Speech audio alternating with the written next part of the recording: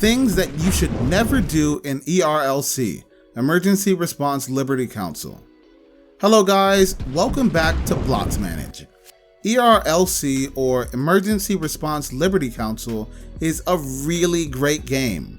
It's a game similar to Brookhaven or Bloxburg on Roblox, but there are some things about the game that you should never do in the game. Let's take a look at some of the things you should never do in Roblox ERLC. Stay tuned and watch the video right till the end. Cuff rushing. The first thing that you need to know if you're on the police team in Emergency Response Liberty Council is not to go about cuff rushing while arresting a criminal in the game. This is because all cuff rushing does is make people annoyed and angry, and that's not really nice to do to people. Also, this can make the game less fun for you. Remember, this is a role-playing game and you're not role-playing if you just go around arresting everyone who is wanted. There is no rule against cuff rushing someone in the game. You won't get banned, however you will certainly annoy others who are playing the game, and so this is one thing you need to avoid if you're playing ERLC. First-timers need to heed this advice. Private servers. The next tip is about private servers. Yes, you will get a lot more roleplay in private servers. Now, we want to recommend that you do not join these private servers when you begin playing.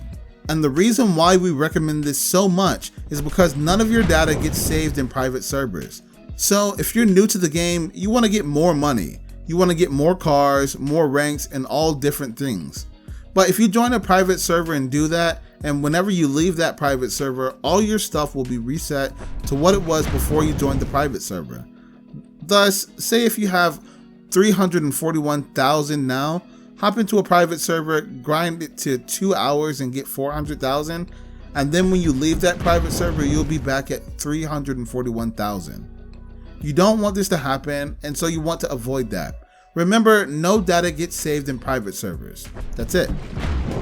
Buying private servers.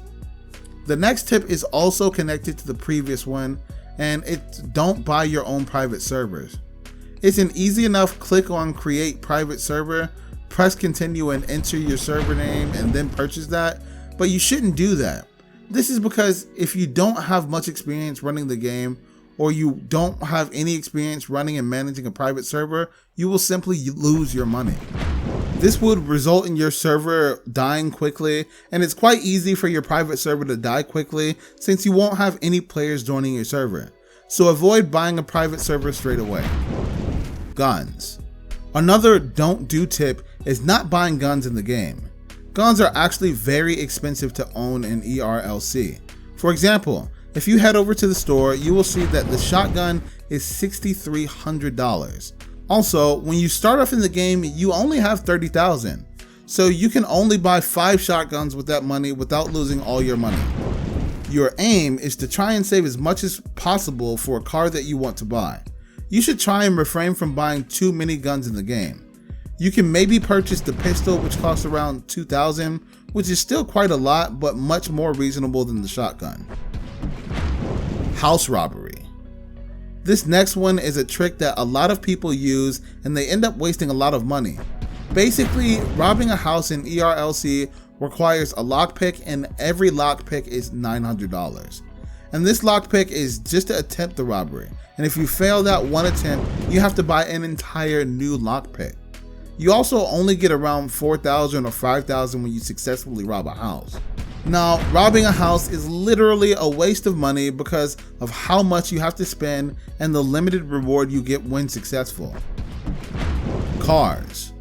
The next one is about when you spawn into the game. You have 30,000, and when you're immediately looking to buy a car, it's really impossible. Now, you can buy a car on pretty much every team except the DOT and fighter team mortally.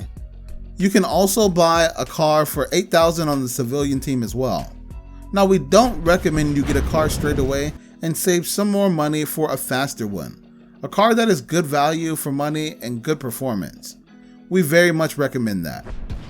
Finally, we would like to conclude by saying that you don't get a lot of cars if you don't need them, because you'll surely get a car if you join a team, and you also need to wait for the right time to get a better performing car at a higher rate.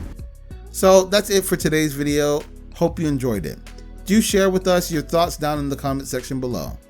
Thanks for watching, and we'll see you in the next video.